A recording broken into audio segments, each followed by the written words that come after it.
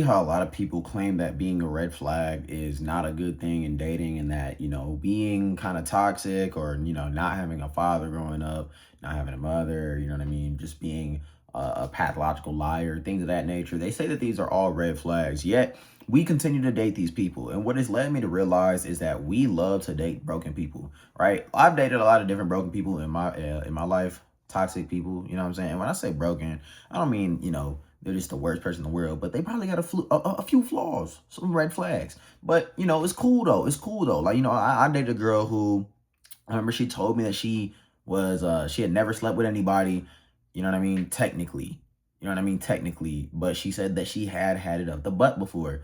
And that was kind of crazy because, like, that was obviously a red flag. Like, how are you going to sit here and tell me that you are a V card holder, but you're taking it up the butt? I don't even know how to respond to something like that. Okay. I've dated girls who are pathological liars, who tell me that they are toxic to my face, you know what I mean? And I still went through with it, bro.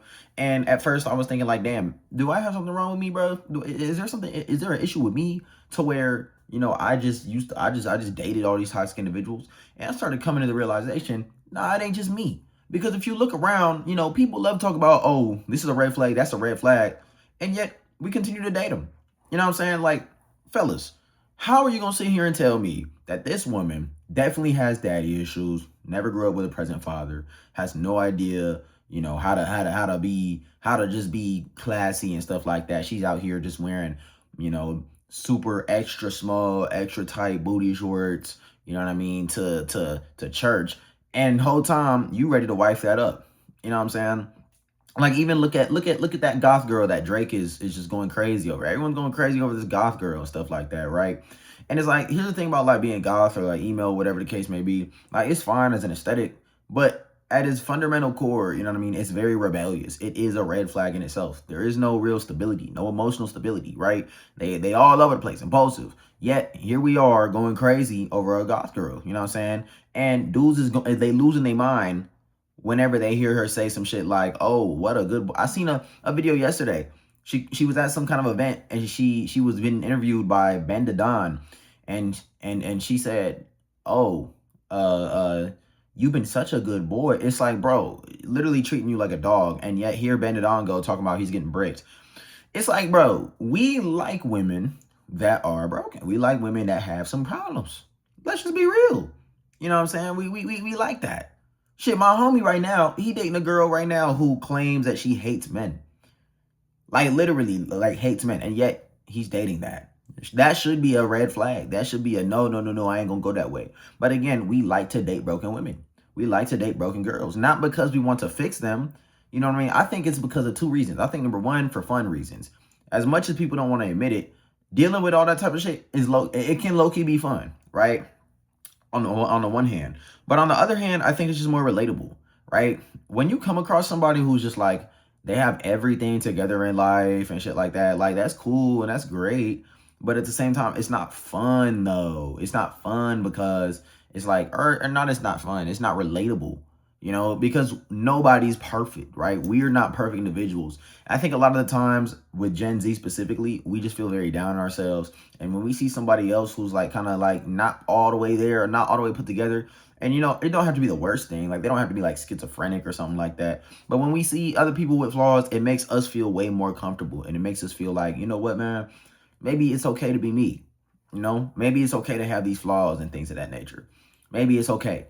But then you come to the internet and you'll see all these people that are like, oh, you're this. And then you see people that are constantly like LARPing as like these great people, these good people. But the reality of it is, man, none of us are truly good. All of us have some bullshit that we're hiding. And when we see other people going through bullshit, when we see girls with daddy issues, we see girls, you know what I mean, with mad tattoos and mad piercings. When we see girls who are mad toxic, we gravitate towards that. And they know that shit too. Why do you think girls get BBLs and act a certain way? You know what I'm saying? And it's for every single type of individual or every single race, right? For example, for the black dudes, you got the girls that's single mothers, future baby mamas and shit. They be getting that BBL and they be acting a certain way, be acting with an attitude, a little ghetto, right? Because they know that energy, even though it's a red flag, niggas love that shit, bro. They eat that shit for breakfast, lunch, and dinner. You feel me? For the white dudes, you know what I mean? You got you. I mean, you just got you know the sorority girls and shit. Even for the Asians, they got ABGs. You know what I'm saying? The ABGs out here. That's just the so we gravitate toward these, and women understand that because they fall into these archetypes that they know are attractive, and inherently these archetypes are based on toxicity and being broken, and that toxicity comes from a place of some sort of emotional trauma or something that happened in the past, whether it's daddy issues or they didn't get enough attention in school, they was bullied. Who fucking knows, man? They used to think they was ugly, so they get surgery. Who knows? You feel me? And it's the same way the other way around. Women love them toxic ass dudes, bro. Why do you think, bro? Think about it. I can do the same thing in reverse for the black women. They love the hood dude. They love Pookie and Ray Ray. They want to put the pussy on Pookie and Ray Ray, bro. That's just the facts. Or for the white dudes, right? It's the you got a lot of different archetypes for the white dudes, but you get what I'm goddamn saying, bro. You get what I'm saying, okay? They love that toxicity, that because they have a warped sense of masculinity. They love dudes that's low key, like not crash outs, but they want dudes who are able to crash out. You have the ability to crash out. You know what I'm saying? They don't want some like well put together square, bro. The nerds and shit like that. Why do you think the nerds always lose? The nerds always lose because they're too well put together. They're not relatable enough, and they're not fun. You know what I mean? And that's just the truth of the matter. That's what dating is these days. Okay, dating these days is not like, it's not like, and it never really has been this. But dating is not, oh, I'm gonna date the person who has their things together the most. Bro, nobody gives a fuck about that. Let's just keep it 100. People only say that shit online to posture up. The truth of the matter is, especially as a man, you have never, I have never, we have collectively never looked at a woman and said, wow, she has her things together. I'm going to pursue that because she got her shit together. I couldn't give a fuck if she's broke, rich, whatever. And it's time we start admitting that shit, dog. We don't care what the status of a woman is. If we think that she is beautiful, if we find her attractive, you know what I mean? She got some relatable issues. Shit, maybe she been to psych ward a couple of times. It's cool. It's cool. I'm still eat that shit up. Maybe, you know what I'm saying? Maybe she got a record. Maybe she been in jail. Same thing, bro. Imagine they should say the same things about dudes. You know what I'm saying? Girls kind of like that. Why you think they be dating inmates and shit?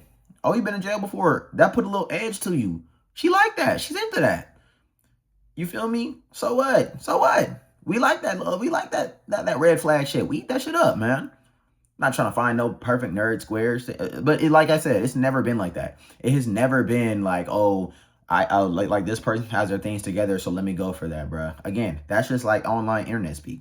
People only say that in order to look good in front of other people. And this is exactly why I made that video yesterday saying that being a good person is overrated. Because 9 times out of 10, you being a good person has absolutely nothing to do with you actually wanting to be a good person, and everything to do with you wanting to appear like a good person in front of others, which inherently makes you a bad person because you are now doing sociopathic things. Those are sociopathic tendencies. When you are performative and you fake like a good person and you make all these, oh, well, I would never do this, I would never do that, right? And in front of other people behind closed doors, that's not really you. You a hypocrite, brother. Those are sociopathic tendencies because you want other niggas to see you a certain way, but in reality, you're not that way, bro. Listen, we all sinners. We all fall short of the glory of God, bro. You feel me? In other words, none of us are perfect. All of us got our dirty laundry, brother. You know what I'm saying? It's better to just be real about it than to sit here and hide and be like, oh, no, I would never do this. It's just like with big girls, bro, right? It's a lot of y'all niggas watching this right now that probably would clap a big girl. Clap the fuck out of a big girl. Oh my gosh. Send her,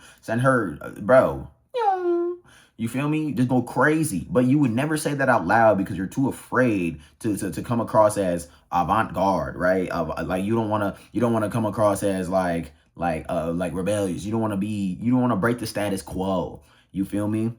Which is also another reason why we like to date people that are broken, that have trauma or issues or red flags, is because deep down, people that have their shit together conform to the system. But in reality, human beings, our nature has never been to conform to a system. Our nature has always been to revolutionize. It has always been to rebel. Think about it. Even back in the days of like the cowboys and shit. You want to know why cowboys were considered very attractive? Is because they were rebelling against the system, right? They were the bad boys, right? We've always rebelled. America came from rebellion. All those countries out in the UK or the Europe and shit, there was mad rebellions, mad fighting and shit like that. We've always been ones to not want to conform. That's never been us. And when we see people that are also not all the way there, you know what I'm saying? Maybe they got some issues or whatever the case. We see people that are not trying to conform, and that's the realest form of just being a human. You feel me? They're not over here posturing up trying to be someone else that they not. They're not over here trying to posture up. You know what I'm saying? That's the problem with the people that are like goody two shoes and shit. They really trying to posture up, and that shit is just like fake, bro. It's like, nigga, who are you really? Who are you really? You feel me? But anyway, let me know what y'all think in the comment section. I'm out of here. Bye.